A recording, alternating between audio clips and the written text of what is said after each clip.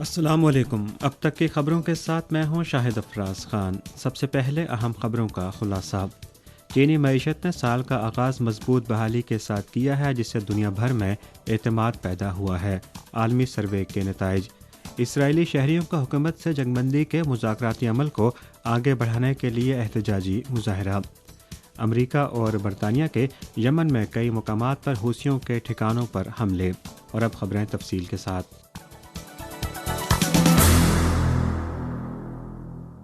China global ٹیلی vision net work اور رنمن university کی جانب سے new era institute of international communication کے ذریعے عالمی جواب دہندگان کے لیے کیے گئے ایک سروے کے مطابق 93.1% جواب دہندگان نے چین کی معاشی طاقت اور صلاحیت کی تعریف کی۔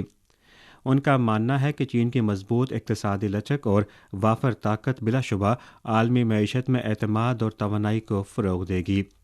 اسپرنگ فیسٹیول کی تعطیلات کے دوران چین کی معیشت کے لیے ریکارڈ توڑنا معمول رہا ہے۔ سروے کے مطابق دنیا بھر میں 80.3% جواب دہندگان نے چین کی مضبوط معاشی بنیاد کی تعریف کی۔ مزید برآں 85.2% جواب دہندگان کا خیال ہے کہ چین کی معیشت طویل مدتی مثبت اور مستحکم ترقی کی رفتار کو برقرار رکھے گی۔ سروے کے مطابق 87.1% جواب دہندگان نے سائنسی اور تکنیکی جدت طرازی کے ذریعے معیشت کے معیار کو بہتر بنانے کے چین کے اقدامات کی تعریف کی، اور ان کا خیال ہے کہ نئی معیاری پیداواری صلاحیت چین کی جدید کاری کے عمل کو تیز اور بہتر بنانے میں مدد کرے گی۔ سروے میں 93.2% عالمی جواب دہندگان نے چین کی مضبوط سائنسی اور تکنیکی طاقت کی تعریف کی، جبکہ 84.9% کا خیال تھا کہ چین کی سائنسی اور تکنیکی کامیابیاں عالمی برادری کو زیادہ فائدہ پہنچا رہی ہیں۔ چینی طرز کے جدید کاری سبز ترقی کی جدید کاری ہے۔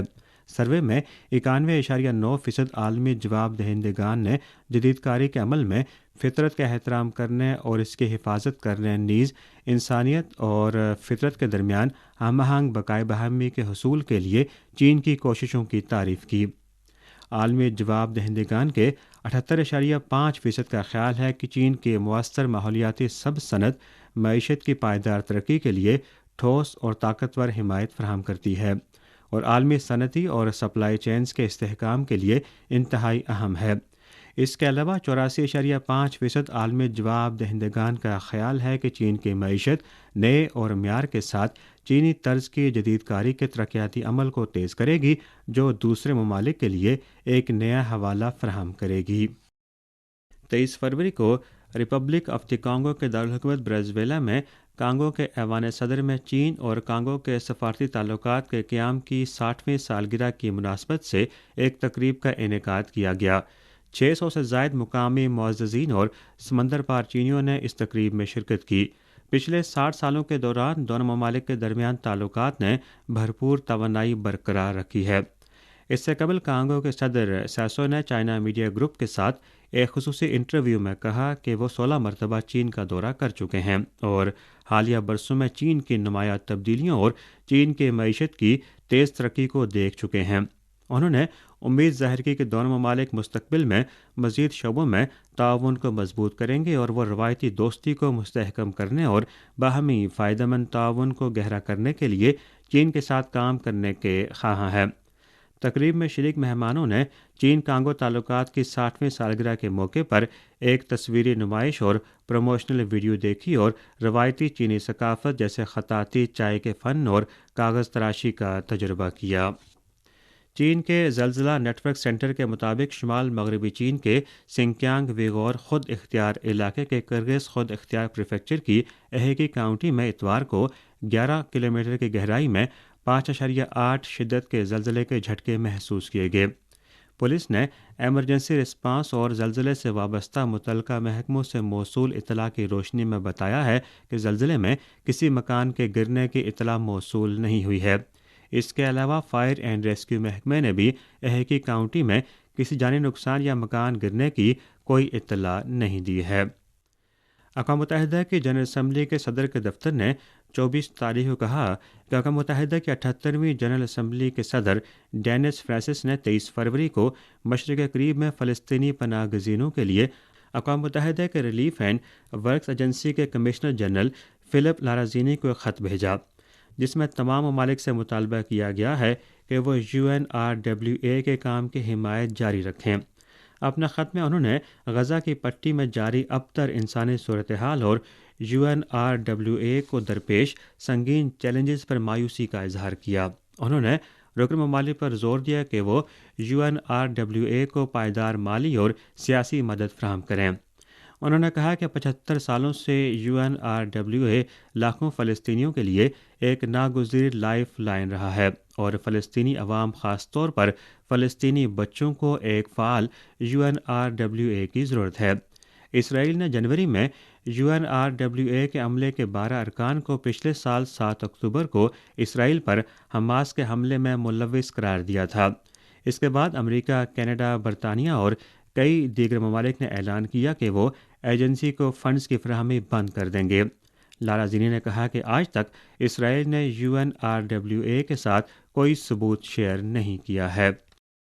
مقامی وقت کے مطابق 24 فروری کی شام ہزاروں اسرائیلیوں نے تل ابیب میں ایک احتجاجی مظاہرہ کیا جس میں اسرائیلی حکومت پر زور دیا گیا کہ وہ جنگ بندی کے معاہدے کے مذاکراتی عمل کو فروغ دے اور حراست میں لیے گئے افراد کو جلد از جلد رہا کیا جائے۔ اسی رات مظاہرین میں سے بہت سے افراد زیر حراست اسرائیلیوں کے رشتہ دار تھے۔ انہوں نے زیر حراست افراد کی تصاویر اٹھا رکھی تھیں اور امید ظاہر کی کہ حکومت کارروائی میں تیزی لائے گی اور زیر حراست افراد کو جلد از جلد وطن واپس آنے کی اجازت دے گی۔ ٹائمز آف اسرائیل نے 24 تاریخ کو اپنے ذرائع کے حوالے سے خبر دی ہے کہ غزہ کی پٹی میں جنگ بندی معاہدے کے مذاکرات کا نیا دور پیرس، فرانس میں منعقد ہوا جس میں مثبت پیش رفت ہوئی ہے۔ یہ معاہدہ طے پانے کی صورت میں 40 اسرائیلی قیدیوں اور سینکڑوں فلسطینیوں کو رہا کر دیا جائے گا اور فلسطین اسرائیل تقریباً 6 ہفتوں کے لیے جنگ بندی کا آغاز کریں گے۔ جنگ بندی کے دوران اسرائیلی فوجی غزہ کی پٹی میں دوبارہ تعینات ہوں گے۔ ایک اسرائیلی اہلکار نے اپنا نام نہ ظاہر کرنے کی شرط پر بتایا کہ اسرائیلی جنگی کابینہ نے 24 تاریخ کو جنگ بندی کے مذاکرات کے تازہ ترین دور کی پیش رفت سنی اور اس کے بعد فیصلہ کیا کہ غیر اعلیٰ حکام پر مشتمل ایک وفد آئندہ چند روز میں دوحہ بھیجنے کا فیصلہ کیا جائے گا تاکہ کچھ انسانی پہلوؤں پر مزید مشاورت کی جائے۔ امریکہ اور برطانیہ نے 24 تاریخ کو یمن میں کئی مقامات پر حوثیوں کے ٹھکانوں پر حملے کیے اور دعویٰ کیا کہ یہ حوثیوں کی جانب سے تجارتی جہازوں پر حالیہ حملوں کا جواب ہے۔ یہ 12 جنوری کے بعد سے حوثیوں کے خلاف امریکہ اور برطانیہ کا چوتھا مشترکہ آپریشن ہے۔